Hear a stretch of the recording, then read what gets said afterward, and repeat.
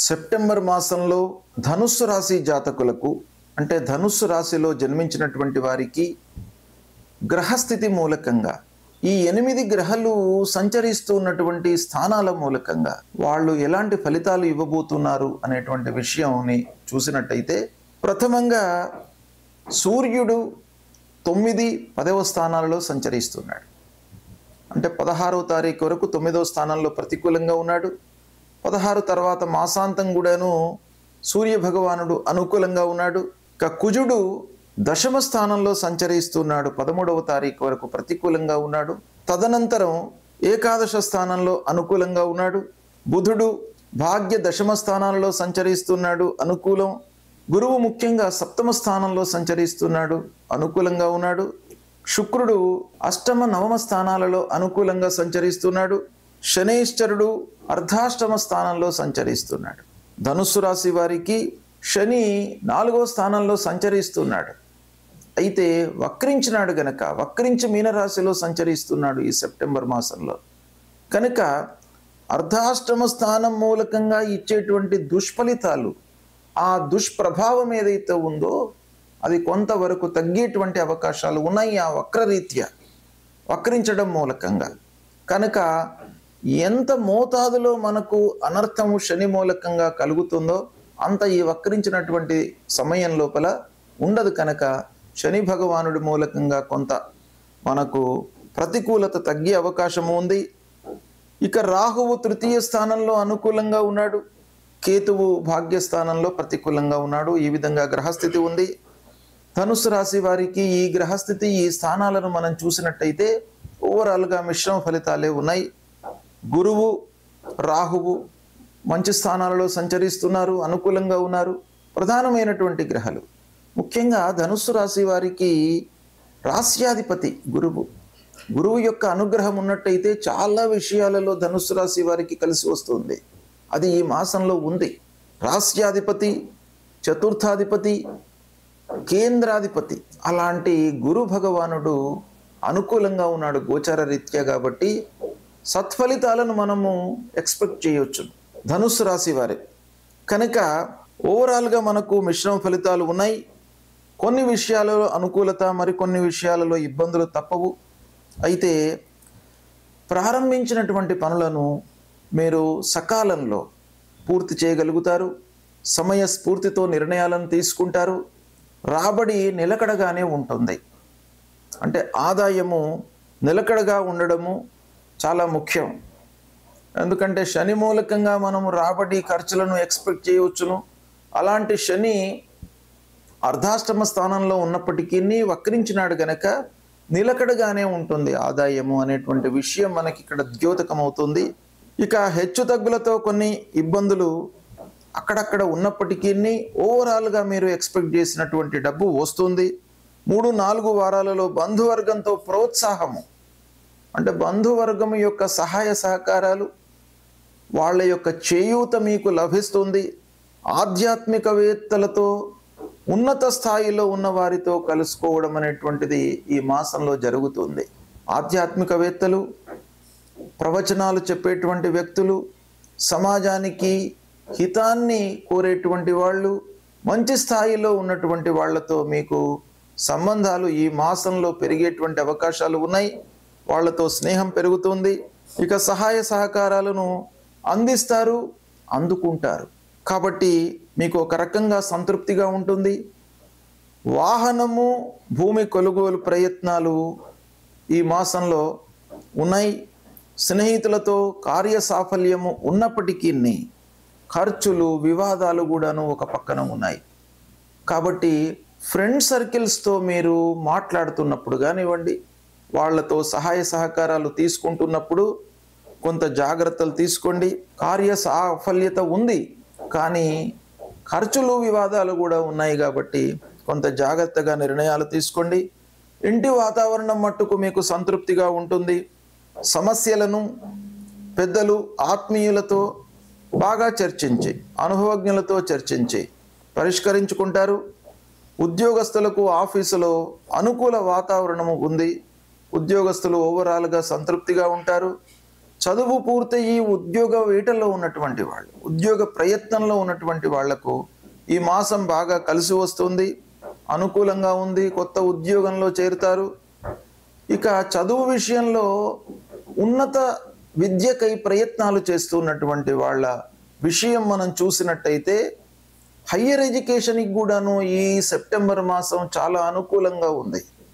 Higher education కొరకై ప్రయాణాలు చేపడతారు, అనుభవజ్ఞులతో చర్చించడము, వాళ్ళ సహాయ సహకారాలు తీసుకోవడము, మంచి సంస్థలో మీరు చేరడానికై అన్ని విధాలుగా ప్రయత్నాలు మీకు కలిసి వస్తాయి. ఇక వివాహాది శుభకార్య ప్రయత్నాలు ఫలిస్తాయి. సంతానం విషయంలో ఎదురు చూస్తున్నటువంటి వారికి ఈ మాసం బాగా అనుకూలమైనటువంటి మాసం. శుభవార్త వింటారు, శుభకార్యాలు చేస్తారు, విదేశీ ప్రయత్నాలు చేపడతారు. ఇలాంటి శుభ ఫలితాలు మీకు ఉన్నాయి. కొన్ని విషయాలలో మట్టుకు ప్రతికూలత కూడా ఉంది. ఓవరాల్గా మిశ్రమ ఫలితాలు ఉన్నాయి. కాబట్టి ఈ ఫలితాలను దృష్టిలో పెట్టుకొని మీరు కొన్ని విషయాలలో ముందు జాగ్రత్త చర్యలు, ముందుగా ప్రారంభించే ముందు అన్ని విధాలుగా ఆ విషయం గురించి మీరు చదివి అనుభవజ్ఞుల యొక్క సహాయ సహకారాలను తీసుకొని స్టెప్స్ వేసినట్టయితే చాలా సత్ఫలితాలను పొందుతారు. గ్రహస్థితి ప్రతికూలంగా ఉన్నప్పుడు మనము కొన్ని పరిహారాలను చేసుకోవడము చాలా మంచిది. ఈ పరిహారాలు అనంటే వ్యక్తిగతంగా కొన్ని మనం చేసుకోవడము, కొన్ని కార్యక్రమాలు, జపాలు, హోమాలు, తర్పణాలు ఇవి చేయడము రెండవ విధి. మొదటి కర్తవ్యము మనం చేసుకోవడం చాలా ముఖ్యమైనటువంటిది. రాశిపరంగా లేదా వ్యక్తిగత జాతకంలో గ్రహస్థితి ప్రతికూలంగా ఉన్నప్పుడు, ఏ గ్రహాలు ప్రతికూలంగా ఉన్నప్పుడు ఏం చేసుకోవాలి అనేటువంటి విషయాన్ని మీకు తెలియజేస్తాను. సూర్యుడు ప్రతికూలంగా ఉన్నప్పుడు, అంటే రాశిపరంగా మనము జన్మించినటువంటి రాశి పరంగా సూర్య భగవానుడు 1, 2, 4, 5, 7, 8, 9, 12 ఈ స్థానాలలో సంచరిస్తున్నప్పుడు సాధారణంగా మనకు సూర్యుడికి సంబంధించినటువంటి ఫలితాలు ప్రతికూలంగా ఉంటాయి. కనుక ఆ సూర్య భగవానుణ్ణి ప్రీతి చేసుకోవడానికి, సూర్యుడి మూలకంగా కలిగేటువంటి ఫలితాలను నిర్వీర్యం కావడానికి, అనుకూలంగా మనం మోళ్ళు చేసుకోవడానికి ఏం చేయాలి? సూర్యుడికి సంబంధించినటువంటి మూలమంత్రాన్ని మీరు నిత్యం పఠించడము, శివాభిషేకం చేయడము. శివుడు ఐశ్వర్యకారకుడు, అన్ని విధాలుగా మనను కాపాడేటువంటి భగవంతుడు. ఆ పరమశివుడు గనక ఆరోగ్యాన్ని ఇచ్చేటువంటి వాడు, ఆయుర్దాయాన్ని ఇచ్చేటువంటి వాడు, ఐశ్వర్యాన్ని ఇచ్చేటువంటి వాడు, అన్ని రకాలుగా మనను కాపాడేటువంటి భగవానుడు ఆ పరమశివుడు గనక ఆ పరమశివుణ్ణి మీరు ప్రతినిత్యము గుడికి వెళ్ళడము, అభిషేకము చేసుకోవడము, బిల్వదళము సమర్పించి ఆ భగవంతుణ్ణి వేడుకోవడము, ఇది ప్రధానంగా మీరు చేసుకోవలసింది. ఎర్రని పూలతో మీరు పూజ చేయండి, సూర్య నమస్కారాలు చేయండి. సూర్య భగవానుడికి అత్యంత ప్రీతికరమైనటువంటిది నమస్కారం. నమస్కార ప్రియో భానుహు అన్నారు. కాబట్టి కేవలము సూర్యుడికి నమస్కారం చేయడం మూలకంగానే మీకు అనుగ్రహాన్ని ఇస్తాడు. అంటే ద్వాదశాదిత్య రూపంలో ఉన్నటువంటి ప్రతి మాసంలో ఒక్కొక్క పేరుతో ఆ సూర్య భగవానుడు మనకు అనుగ్రహాన్ని ఇస్తాడు. కనుక సూర్యుడిని ప్రీతి చేసుకోవడానికై మీరు 12 మార్లు సూర్య నమస్కారం చేయండి. సూర్య నమస్కారం చేసినప్పుడల్లా భూమికి కూడాను నమస్కారం చేసుకోండి. ఇలా సూర్య నమస్కారం చేసుకోవడము, తర్వాత మాణిక్యాన్ని ధరించండి. సూర్యుడు ప్రతికూలంగా ఉన్నప్పుడు కెంపు అంటారు, మాణిక్యం, రూబీ. ఈ రూబీని ధరించినట్టయితే మీకు ఆ సూర్యుడి మూలకంగా కలిగేటువంటి దుష్ప్రభావము తగ్గుతుంది. అంతేకాకుండా జపము, ఆ మూల మంత్రము ఉంటుంది. జపా కుసుమ సంకాశం కాశ్యపేయం మహద్యుతిం తమోరిం సర్వపాపగ్నం ప్రణతోస్మి దివాకరం అనేటువంటి మూల మంత్రాన్ని ప్రతినిత్యం కూడాను చదువుకోండి. సరే, ఇవన్నీ చేయడానికి మనకు సమయం లేదు అని అనుకుంటే కేవలము మీరు స్నానం చేసిన తర్వాత కొద్దిగా ఎండలోకి వచ్చి ఒక 2 నిమిషాలు ఎండలో నిలబడి సూర్య భగవానుడికి నమస్కారం చేసుకోండి. మీకు అన్నీ కూడాను అనుకూలత, అనుగ్రహాన్ని మీకు ఇస్తాడు. కనుక ఈ విధంగా సూర్యుడిని ప్రీతి చేసుకోండి. తర్వాత 2వ గ్రహము అంగారకుడు. అంగారకుడు చాలా విషయాలలో మనకు అనుకూల ప్రతికూలతను ఇస్తూ ఉంటాడు. కనుక అంగారకుడికి కూడాను మనం పరిహారం చేసుకోవడం చాలా ముఖ్యమైన విషయం. అంగారకుడు అనంటే కుజుడు. ఆ కుజుడు ప్రతికూలంగా ఉన్నప్పుడు మనం ఏం చేయాలి?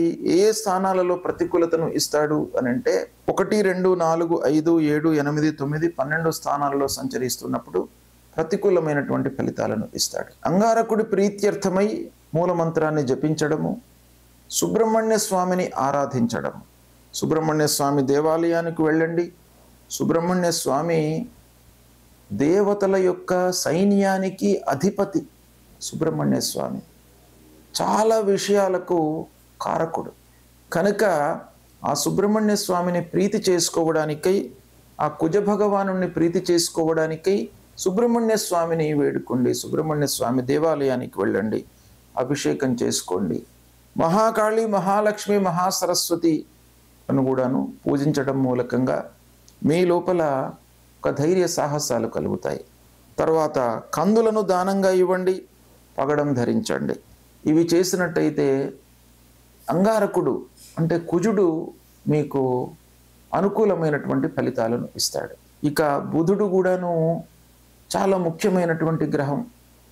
బుధుడు అనుకూలంగా ఉన్నట్టయితే వ్యాపారము, ఆలోచన విధానము, సమయస్ఫూర్తి, అనుకూలమైనటువంటి నిర్ణయాలు తీసుకోవడము, ఫ్లాష్ ఐడియాస్కి కూడాను మనకు బుధుడు కారకుడు. కాబట్టి బుధుడి యొక్క అనుకూలత చాలా ఉండాలి.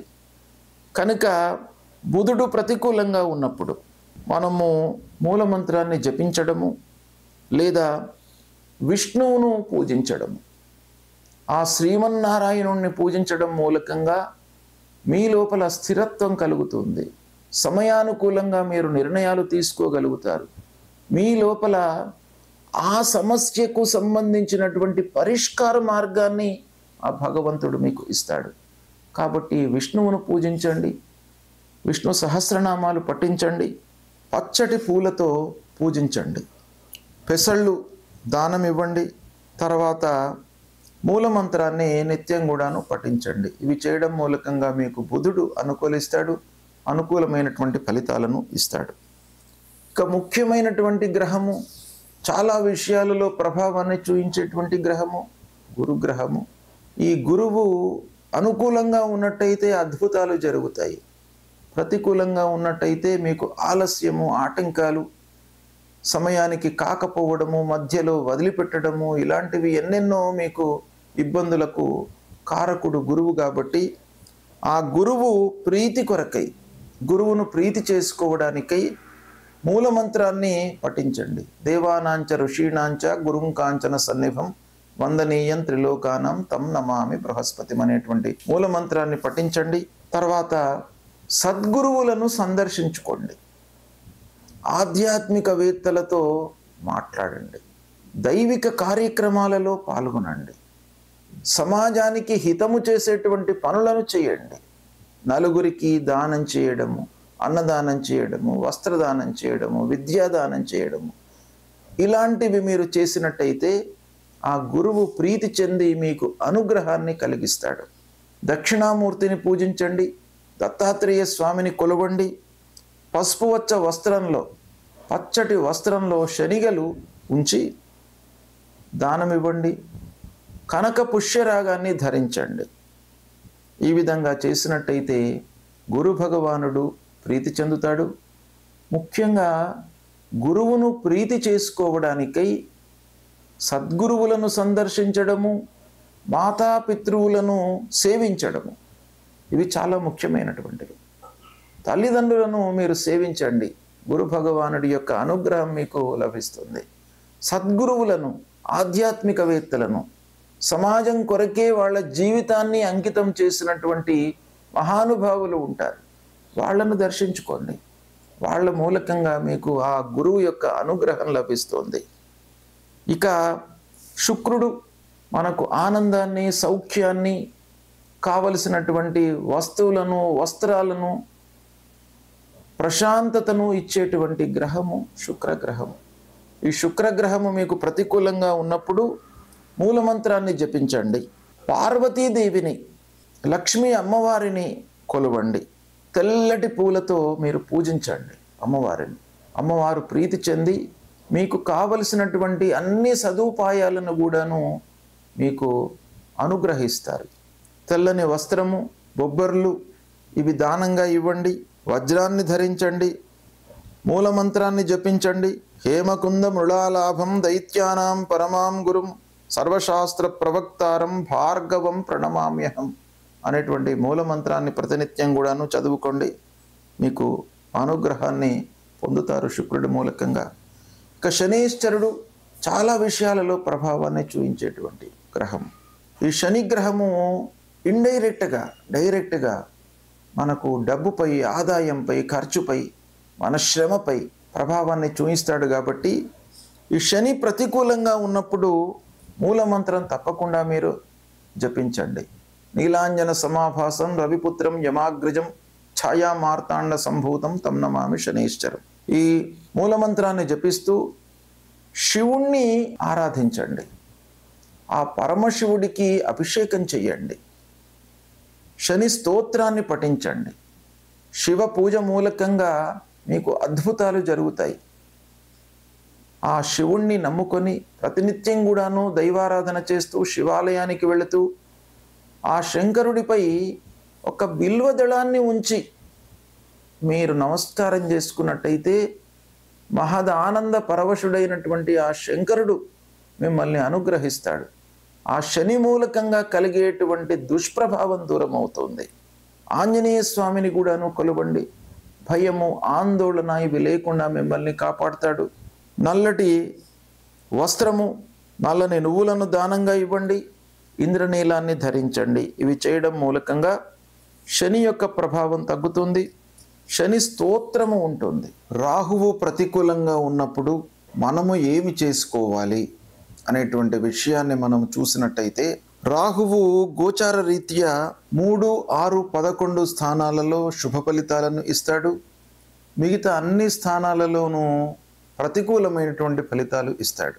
అంటే రాహువు ఇచ్చేటువంటి ప్రతికూల స్థానాలు 1, 2, 4, 5, 7, 9, 10, 12 ఈ స్థానాలలో రాహు సంచరిస్తున్నప్పుడు మనకు గోచార రీత్యా ప్రతికూలమైనటువంటి ఫలితాలను ఇస్తాడు. గనక రాహు ప్రీత్యర్థమై, రాహు యొక్క అనుగ్రహం కొరకై మూలమంత్రాన్ని మనం పఠించడము, జపించడము.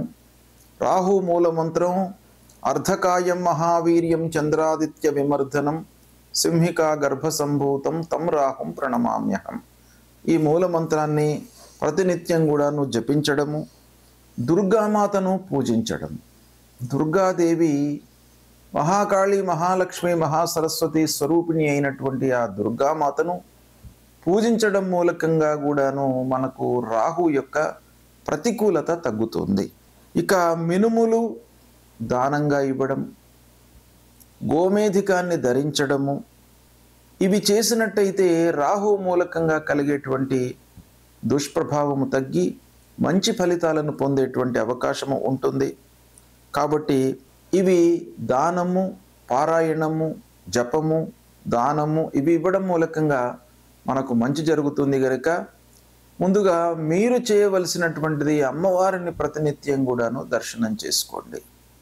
అమ్మవారిని దర్శనం చేసుకున్నట్టయితే దుర్గే స్మృత హరతి భీతిమశేష జంతోహో స్వస్థై స్మృత మతిమతీవ శుభాం దదాతి అని అన్నారు. కాబట్టి దుర్గాదేవిని మీరు దర్శించడం మూలకంగానే మీ లోపల ఉన్నటువంటి భయాలు, ఆందోళనలు, మానసిక వికలత ఇవన్నీ కూడాను దూరమైపోతాయి. కనుక అమ్మవారిని ప్రతినిత్యం కూడాను దర్శించండి, పూజించండి. ఇక కేతువు ప్రతికూలంగా ఉన్నప్పుడు కేతువు కూడాను 1, 2, 4, 5, 7, 9, 10, 12 స్థానాలలో సంచరిస్తున్నప్పుడు ప్రతికూలమైనటువంటి ఫలితాలను ఇస్తాడు. కనుక కేతు ప్రీత్యర్థమై జపము అంటే మూలమంత్ర జపము చేయడము. పలాశ పుష్ప సంకాశం తారక గ్రహమస్తకం రౌద్రం రుద్రాత్మకం ఘోరం తం కేతుం ప్రణమామ్యహం అనేటువంటి మూలమంత్రాన్ని ప్రతినిత్యం కూడాను చదువుకోవడము. గణపతిని పూజించడము. కేతువుకు సంబంధించినటువంటి అధిష్టాన దేవత గణపతి, విఘ్నాధిపతి. మనకు విఘ్నాలు రాకుండా మన జ్ఞానము సన్మార్గంలో ప్రయాణించేటట్టుగా మంచి ఆలోచనలు రావడానికి, సమయస్ఫూర్తితో మనము నిర్ణయాలు తీసుకోవడానికి గణపతి ఆరాధన అనేటువంటిది చాలా ముఖ్యమైనటువంటిది. ఈ గణపతిని ఆరాధించినట్టయితే, గణపతిని పూజించినట్టయితే మీకు తప్పకుండా ఈ కేతు మూలకంగా కలిగేటువంటి దుష్ప్రభావము తగ్గుతుంది. ఉలవలు దానంగా ఇవ్వండి, వైడూర్యాన్ని ధరించండి. ఇవి చేయలేనటువంటి వాళ్ళు కేతువుకు సంబంధించినటువంటి స్తోత్రం ఉంటుంది. ఆ స్తోత్రము ప్రతినిత్యం కూడాను మీరు పఠించినా కూడాను మీకు కేతువు మూలకంగా కలిగేటువంటి దుష్ప్రభావం దూరం అవుతుంది, అనుకూల ఫలితాలు ఉంటాయి. ఈ విధంగా ఈ గ్రహాలకు చెప్పబడినటువంటి పూజలు, దానాదులు, నవరత్నాలు ధరించడము, వీటి మూలకంగా మీకు అనుగ్రహం లభిస్తుంది. ముందు దేవత అనుగ్రహం కొరకై దేవాలయానికి వెళ్ళండి, సద్గురువులను దర్శించుకోండి. ఇవి దర్శించుకున్నట్టయితే మీకు ఈ దుష్ప్రభావం దూరం అవుతుంది, మంచి ఫలితాలు కలుగుతాయి. సెప్టెంబర్ మాసంలో ముఖ్యమైనటువంటి పండుగల గురించి తెలియజేస్తాను. 1వ తారీఖు 1 సెప్టెంబర్ సోమవారం అదుఃఖ నవమి. అంటే ఈ నవమి రోజున నందాదేవిని పూజించడం మూలకంగా, అంటే సంతోషాన్ని మనకు ఇచ్చేటువంటి అమ్మవారు నందాదేవి. ఈ నందాదేవిని పూజించడం మూలకంగా మనకు జీవితంలో దుఃఖాలు మన దరి చేరకుండా ఉంటాయి అనేటువంటిది శాస్త్రం చెప్తోంది. కనుక అందరూ కూడాను నందాదేవిని పూజించడం మూలకంగా సుఖ సంతోషాలు మీ జీవితంలో కలుగుతాయి. కనుక ఈ రోజున అమ్మవారి పూజ చేయండి. ఇక 2వ తారీఖు నాడు మంగళవారం జ్యేష్ఠ గౌరీ విసర్జనం. అంటే జ్యేష్ఠ గౌరీని మనము ఆవాహన చేసి పూజించి ఈ రోజున విసర్జన చేయడం జరుగుతుంది. లక్ష్మీ జ్యేష్ఠ వీళ్ళిద్దరు కూడాను హిందూ సాంప్రదాయం ప్రకారంగా ఒకరు మనకు ధనాన్ని, కావలసినటువంటి స్థితిగతులను ఇచ్చేటువంటి వాళ్ళు, ఒకరు మనకు దుఃఖాన్ని కలిగించేటువంటి వాళ్ళు, కష్టాలను కలిగించేటువంటి వాళ్ళు. ఇద్దరిని కూడాను మనం పూజిస్తాం మన శాస్త్రం ప్రకారంగా. కనుక మహాలక్ష్మి వ్రతారంభము గత మాసంలోనే 31 ఆగస్టు రోజున ప్రారంభమయ్యి 1వ తారీఖున ఈ సెప్టెంబర్ మాసంలో గౌరీదేవిని పూజించడము, జ్యేష్ఠ గౌరీ, జ్యేష్ఠ రూపంలో ఉన్నటువంటి గౌరీదేవిని పూజించడము, 2వ తారీఖు నాడు ఆ గౌరీమాతను, జ్యేష్ఠ రూపంలో ఉన్నటువంటి గౌరీమాతను పూజించి విసర్జించడం. ఇది ఈ 3 రోజుల కార్యక్రమం అన్నమాట. దీని మూలకంగా కూడాను మనకు అనర్థాలు జరగకుండా ఉంటాయి. లక్ష్మి రావడము, వచ్చినటువంటి లక్ష్మి మనకు స్థిరంగా ఉండడానికి ఇది ఈ పూజా విధానము, ఈ ఆరాధన ఉపయోగపడుతుంది. ఇక 3వ తారీఖు బుధవారం సర్వేషాం పరివర్తిని ఏకాదశి. ఈ ఏకాదశి చాతుర్మాస్యాల లోపల వస్తుంది. మనకు భాద్రపద మాసంలో వచ్చేటువంటి ఏకాదశి చాలా పరివర్తనను తీసుకువస్తుంది మన జీవితంలో. కనుకనే ఈ ఏకాదశికి పరివర్తన ఏకాదశి అని మనకు శాస్త్రంలో చెప్పబడి ఉంది.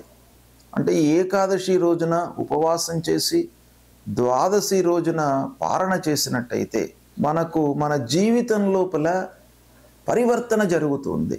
అంటే అంతకు ముందు ఉన్నటువంటి విధానం నుండి ఒక సుఖమయమైనటువంటి జీవిత విధానంలోకి మీరు పరివర్తన చెందడానికి ఈ ఏకాదశి అనేటువంటిది మీకు ఉపయోగపడుతుంది. కనుక దీన్ని మీరు ఆచరించండి. ఇక 4వ తారీఖు గురువారం వామన జయంతి. వామన జయంతి, వామనుడు దశావతారాల లోపల అవతారం.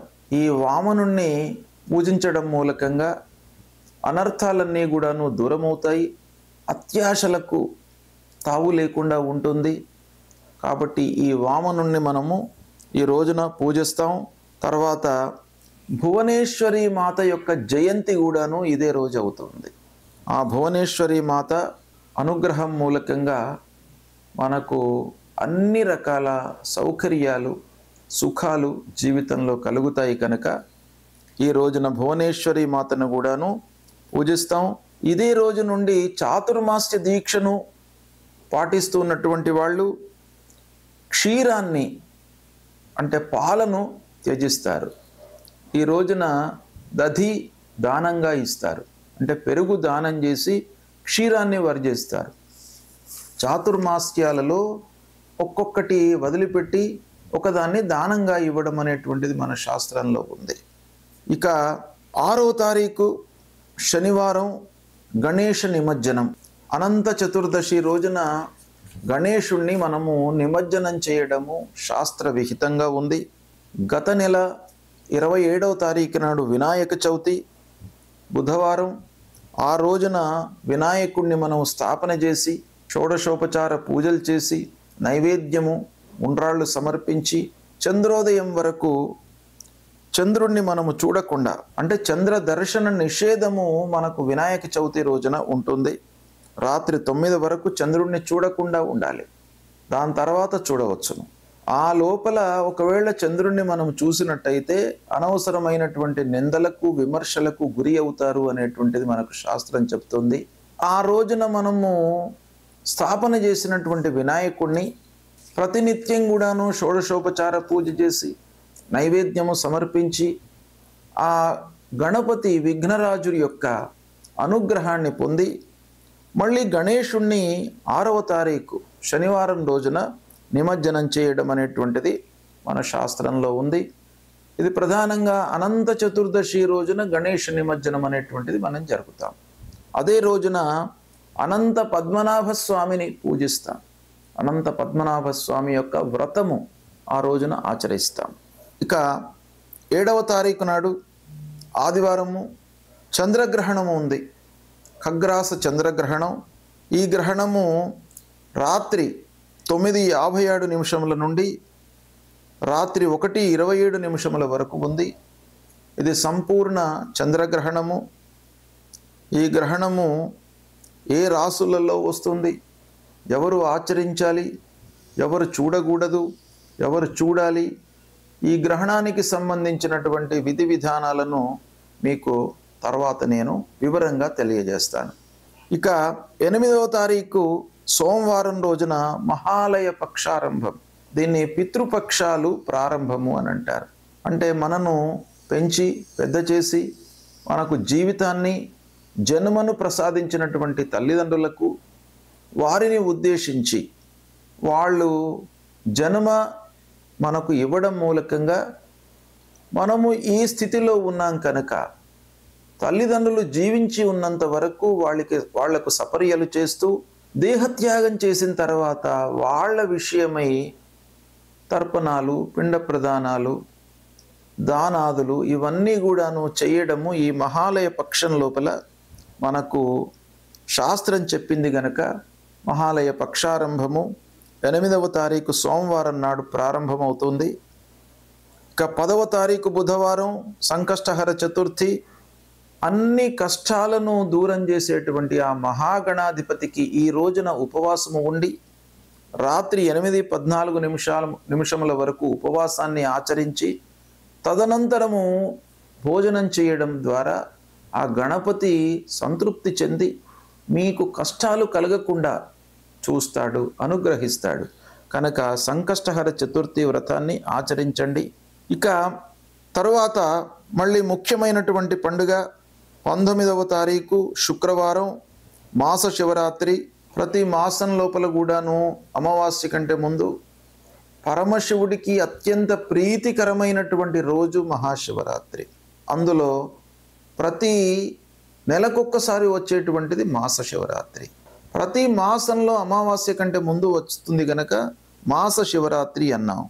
మహాశివరాత్రి అనేది సంవత్సరానికి ఒక మారు వస్తుంది. అయితే ఈ మాస శివరాత్రి రోజున ప్రదోషకాలం వరకు ఉపవాసం చేసి ప్రదోషకాలంలో శివుడికి ఆ పరమశివుణ్ణి అభిషేకించేసి బిల్వదళము సమర్పించి మనము భోజనం చేసినట్టయితే ఆ పరమశివుడు సంతృప్తి చెంది మనకు ఐశ్వర్యాన్ని ప్రసాదిస్తాడు అనేటువంటి శాస్త్రం చెప్తుంది కనుక ప్రతి మాస శివరాత్రి రోజున మీరు శివాలయానికి వెళ్ళండి, శివుణ్ణి దర్శించుకోండి, వీలైతే అభిషేకం చేయండి, లేదా అభిషేచనం చేసేటువంటి కార్యక్రమంలో పాల్గొనండి, అన్నదానం చేయండి. ఇక 20వ తారీఖు శనివారం మహాలయాంతర్గతంగా ఒక ప్రత్యేకమైనటువంటి దినం. ఎవరైతే అనూహ్యంగా యాక్సిడెంట్స్ లోపల ఎవరైతే గతిస్తారో వాళ్లను ఉద్దేశించి వాళ్ళ ప్రీత్యర్థమై చేసేటువంటి రోజు. అంటే వాళ్ళ ప్రీత్యర్థమై పిండ ప్రదానము, తర్పణాలు, శ్రాద్ధాదులు చేసేటువంటి దినం అన్నమాట. దీన్ని మనం ఏమంటాం? విషశస్త్రాదిహత జనానాం మహాలయ. అంటే విషము తీసుకోవడం మూలకంగా సూసైడ్ చేసుకున్నటువంటి వాళ్ళు, లేదా విష ప్రయోగం మూలకంగా గతించినటువంటి వాళ్ళు, శస్త్రాదులకు లోనై గతించినటువంటి వాళ్ళు, యాక్సిడెంట్స్ అయ్యి గతించినటువంటి వాళ్ళు, ఇలా ఊహించకుండా జన్మము అంటే ఆ పుట్టుక, ఆ జీవితము అర్ధాంతరంగా ఎప్పుడైతే ఉంటుందో అలాంటి వాళ్లకు ఈ రోజున మనం పిండ ప్రదానం చేయడం మూలకంగా వాళ్ళ మూలకంగా ఆ కుటుంబానికి హాని కలగకుండా వాళ్ళ యొక్క అనుగ్రహం లభిస్తుంది అని శాస్త్రం చెప్తుంది. ఇక 21వ తారీఖు ఆదివారం సర్వపితృ మహాలయ అమావాస్య. ఇది చాలా ముఖ్యమైనటువంటి దినం. మహాలయ అమావాస్య అంటాం. ప్రహతంలో మహాలయ అమావాస్య, సర్వపితృ మహాలయ అమావాస్య. అందరు పితృదేవతలకు మనము ఈ రోజున వాళ్లను ఉద్దేశించి వాళ్ళ పేర్లు ఉచ్చారణ చేసి తర్పణాలు చేయడము, పిండ ప్రదానాలు చేయడము, వాళ్ళ ప్రీత్యర్థమై అన్నదానాలు చేయడము, వస్త్రదానం చేయడము, వీటి మూలకంగా పితృదేవతలందరూ కూడాను సంతృప్తి చెంది మనను అనుగ్రహిస్తారు. ఆ అనుగ్రహం మూలకంగా వంశము వృద్ధి అవుతుంది. మళ్ళీ మన సంతానము కూడాను ఒక స్థితికి రావడానికి అవకాశము ఉంటుంది అనేటువంటిది శాస్త్రం చెప్తుంది. కాబట్టి సర్వపితృ మహాలయ అమావాస్య తల్లిదండ్రులు గతించినటువంటి వాళ్ళు ఈ రోజున వాళ్ళ ప్రీత్యర్థమై తప్పకుండా చేసుకోవాలి. ఇక 22 సెప్టెంబర్ సోమవారం నవరాత్రులు ప్రారంభమవుతాయి. దసరా నవరాత్రులు. ఈ రోజున శారద అమ్మవారికి కలుష స్థాపనతో ఈ నవరాత్రులు ప్రారంభమవుతాయి. ఇక ఇందులో భాగంగా నవరాత్రిలో భాగంగా 30వ తారీఖు మంగళవారం దుర్గాష్టమి, మహాష్టమి, కాళికాష్టమి. ఈ అమ్మవారికి మనం పూజలు చేసుకుంటాం ఈ మహాష్టమి రోజున. 1వ తారీఖు మళ్ళీ అక్టోబర్ వచ్చే మాసం 1వ తారీఖు నాడు మహర్నవమి, సరస్వతి పూజ, సువాసిని పూజ, ఆయుధ పూజ, ఇవన్నీ కూడాను మహర్నవమి రోజున చేసుకుంటాం. ఇక 2వ తారీఖు విజయదశమి. వచ్చే అక్టోబర్ మాసంలో 2వ తారీఖు విజయదశమి, దసరా పండుగ. ఈ రోజున అపరాజితాదేవి పూజ, తర్వాత సీమోల్లంఘనము అంటే ఉంటున్నటువంటి ఊరికి ఈశాన్య దిశలోకి వెళ్ళి అక్కడ శమీ వృక్షాన్ని పూజించడము, అపరాజితాదేవికి పూజించడము, నలుగురికి కలవడము, అందరి యొక్క పెద్దల అనుగ్రహము, ఆశీర్వచనాలు తీసుకోవడం ఈ పండుగ రోజున మనకు శాస్త్రం చెప్పింది. ఇలా ఇవి ముఖ్యమైనటువంటి పండుగలు ఈ సెప్టెంబర్ మాసంలో ఉన్నాయి. వీటిని ఆచరించినట్టయితే మనకు పండుగలు ఏదో కాకతాళీయంగా చెప్పినటువంటివి కావు. ఋషులు దర్శించి వాటి యొక్క అనుభవాన్ని వాళ్ళు ఆ పండుగల యొక్క అనుభవములోకి తీసుకొని అవి మానవాళికి మనకు అందించారు. అంటే మానవులందరూ కూడాను ఈ పండుగలు ఆచరించడం మూలకంగా ఒక సుఖమయమైనటువంటి జీవితాన్ని గడపాలి అనేటువంటి ఉద్దేశంతో వాళ్ళు దర్శించి మనకు సూచించినటువంటి పండుగలు. కాబట్టి ఆయా పండుగల లోపల శాస్త్రవిహితంగా ఏ దేవుడికి, ఏ అధిపతికి, ఎవరికి ఎలా చేయాలి అనేటువంటి విషయాన్ని తెలుసుకొని దాన్ని మీరు ఆచరించినట్టయితే మీకు ఉత్తమమైనటువంటి ఫలితాలు కలుగుతాయి. ఏ గ్రహాలు ఏ రాసులలో సంచరించినప్పటికీ, అష్టమ స్థానంలో ఉన్నప్పటికీ, ద్వాదశ స్థానంలో ఉన్నప్పటికీ, ఏ విధంగా ఉన్నప్పటికీ మీరు ఈ పండుగలను విధి విధానంగా ఆచరించి భగవంతుడి యొక్క అనుగ్రహాన్ని తీసుకొని పెద్దల యొక్క ఆశీర్వచనాన్ని పొందినట్టయితే మీకు అన్నీ కూడాను అనుకూలమైనటువంటి ఫలితాలే ఉంటాయి అని మన శాస్త్రం చెప్తుంది. ఇది ఋషి వచనం కాబట్టి ఇది తప్పకుండా మీరు పాటించండి. శుభం.